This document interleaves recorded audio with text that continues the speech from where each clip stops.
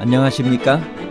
인생의 복잡한 문제들을 말씀으로 단칼에 해결해주는 김종근 목사의 쾌도 남마입니다.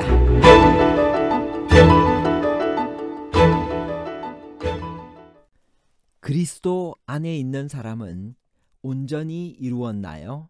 아니면 아직 이루지 못했나요? 그렇다면 우리 온전히 이룬 자들이란 표현은 무슨 말인가요?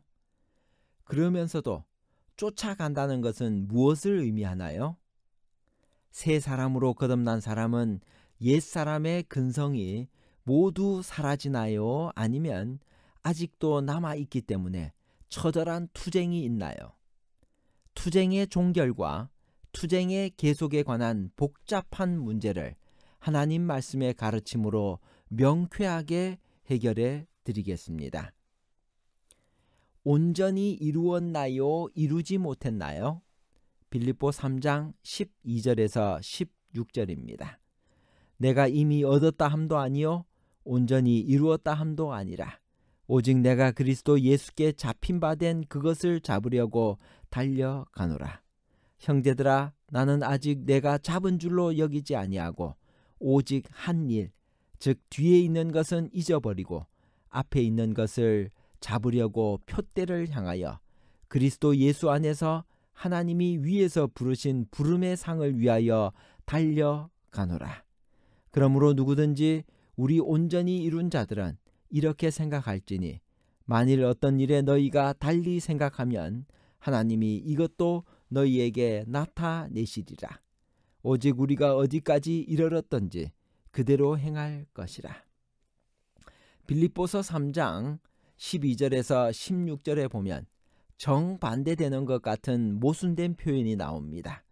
내가 이미 얻었다 함도 아니요 온전히 이루었다 함도 아니라 오직 내가 그리스도 예수께 잡힌 바 된 그것을 잡으려고 쫓아가노라는 말과 우리 온전히 이룬 자들은 이렇게 생각할지니라는 말이 그것입니다.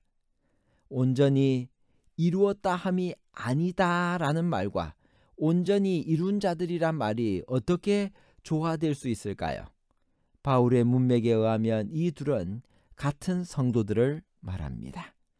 내가 이미 얻었다 함도 아니요 온전히 이루었다 함도 아니라는 바울의 말은 바울이 이미 얻은 것과 앞으로 얻어야 할 목표 사이의 긴장, 즉 그리스도 안에 있는 구원의 완전함과 성화 사이의 긴장을 잘 나타내고 있습니다.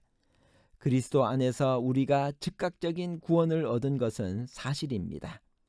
돌 감람나무인 우리는 그리스도로 말미암아 하나님의 은혜로 참 감람나무에 접붙임을 받아 참 감람나무가 되었습니다.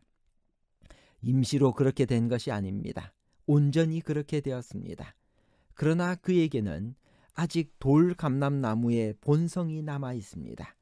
그것을 극복하기 위해서는 처절한 싸움이 필요합니다.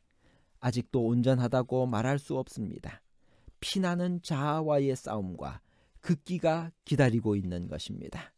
그래서 바울은 오직 내가 그리스도 예수께 잡힌 바 된 그것을 잡으려고 쫓아가노라.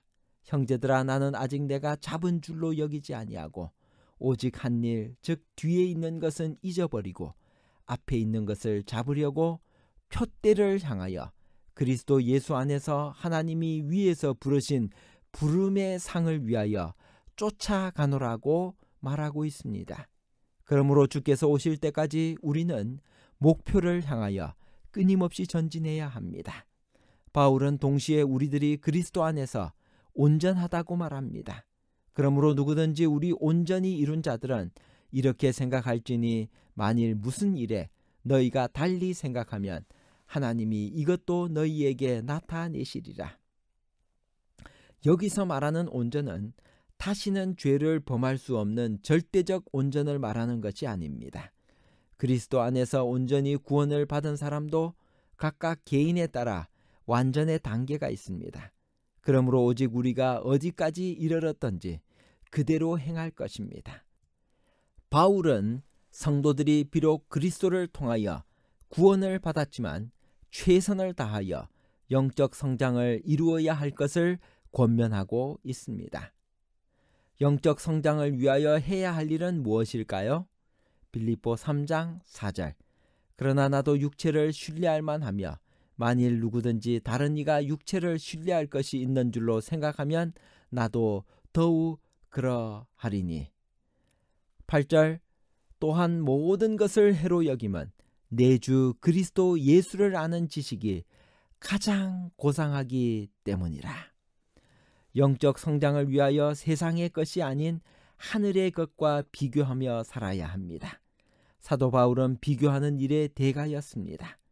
바울이 무엇과 무엇을 비교했을까요? 또한 모든 것을 해로 여김은 내 주 그리스도 예수를 아는 지식이 가장 고상함을 인함이라.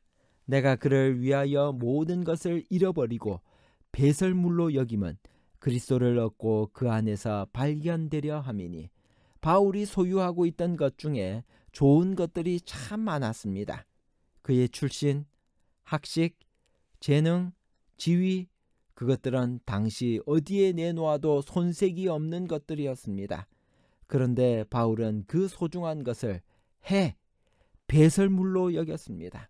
여기서 해는 손해와 손실을 뜻하고 배설물은 음식물 찌꺼기와 사람의 몸에서 나오는 똥을 의미합니다.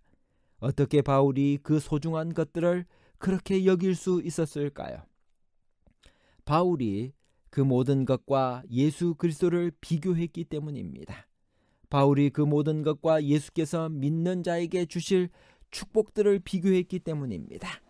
그러자 바울은 자신이 가진 모든 것이 하늘을 얻는데 손해를 준다는 사실을 알았습니다.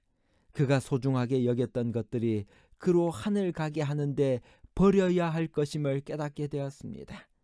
그가 내 주 그리스도 예수를 아는 지식이 가장 고상함을 알았기 때문이었습니다.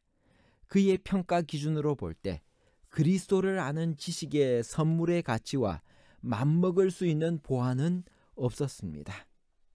사람이 세상에서 갖고 있는 것들을 버릴 수가 없습니다. 너무도 소중하기 때문에요.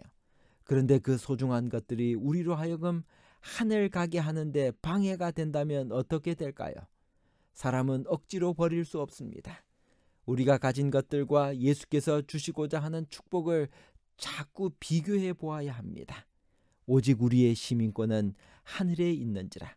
거기로서 구원하는 자 곧 주 예수 그리스도를 기다리노니 그가 만물을 자기에게 복종케 하실 수 있는 자의 역사로 우리의 낮은 몸을 자기 영광의 몸의 형체와 같이 변케 하시리라.